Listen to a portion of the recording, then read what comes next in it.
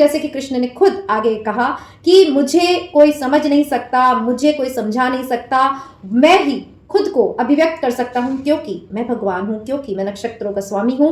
और हर कोई व्यक्ति जो है वो कृष्ण के बिना अधूरा है। तो अगर कोई स्वयं अधूरा है तो वे उस परम पूर्ण परमात्मा की क्या ही व्याख्या कर सकता है, उसकी हर व्याख्या अधूरी है। तो इसीलिए भी गीता इंपॉर्टेंट है कि यहाँ जो भी बताया जा रहा है वो ईश्वर द्वारा स्वयं बताया जा रहा है।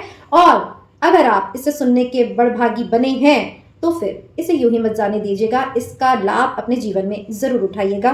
तो यहाँ श्री अर्जुन ने सरेंडर कर दिया है कि आपको कोई नहीं जान सकता, आप ही अपनी शक्ति द्वारा अपने को समझा सकते हैं। तो इसका मतलब ये है कि हम में ईश्वर है और हमारे अंदर बैठा ईश्वर ही जब कृपा कर कर अनन्य पुण्यों से हमें ये सौभाग्य देगा कि हमें वो समझाएंगे कि हम क्या हैं, तभी हम ईश्वर को समझ पाएंगे। तो कंफ्यूज होने की जरूरत नहीं है। इसका मतलब ये है कि कृष्ण जब तक स्वयं अपने आप को अभिव्यक्त नहीं करेंगे तब तक वो गुप्त बने रहेंगे, रहस्य बने रहेंगे। इसीलिए कहते हैं कि गीता का ज्ञान जो है गुप्त है। क्यों?